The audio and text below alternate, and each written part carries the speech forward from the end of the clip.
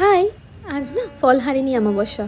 তো আমি আমার মা একটু যাব মন্দিরে পুজো দিতে। স্নান সেরে তাই এই নতুন শাড়িটা পরে নিলাম। এই শাড়িটা আমার লজ্জাবস্ত্রে পাওয়া। শাড়িটা ভীষণ হালকা আর পাড়টা ভীষণই সুন্দর। আমার লজ্জাবস্ত্রের জন্য আমার শাশুড়ি মা একটা গোলাপি কালারের বেনারসি কিনেছিলেন, কিন্তু যার দায়িত্বে ছিল সেটা, তিনি ভুল করে এই হোয়াইট কালারের শাড়িটা, যেটা আমার মায়ের জন্য কেনা হয়েছিল, সেই শাড়িটা রেখে দেয়। যখন লজ্জাবস্ত্র মাথায় দেওয়া হয় তখন ওনারা বুঝতে পারে যে ভুলটা হয়েছে। পরে মামুনি আমায় বলেন এই গল্পটা, আর বলেন যে আমার শ্বশুর যদি জানতে পারেন ভীষণ রাগ করবে। উনি তখন আমায় গোলাপি কালারের বেনারসিটা আমার অষ্টমঙ্গলার দিন প্রেজেন্ট করে দেন। লজ্জাবস্ত্রের শাড়ির প্রতি মেয়েদের একটা আলাদাই ইমোশন থাকে, সেটা তো বুঝতেই পারছো। আর আজকে যেহেতু ফলহারিণী অমাবস্যা, আমি ভাবলাম আজকে এই শাড়িটা পরি।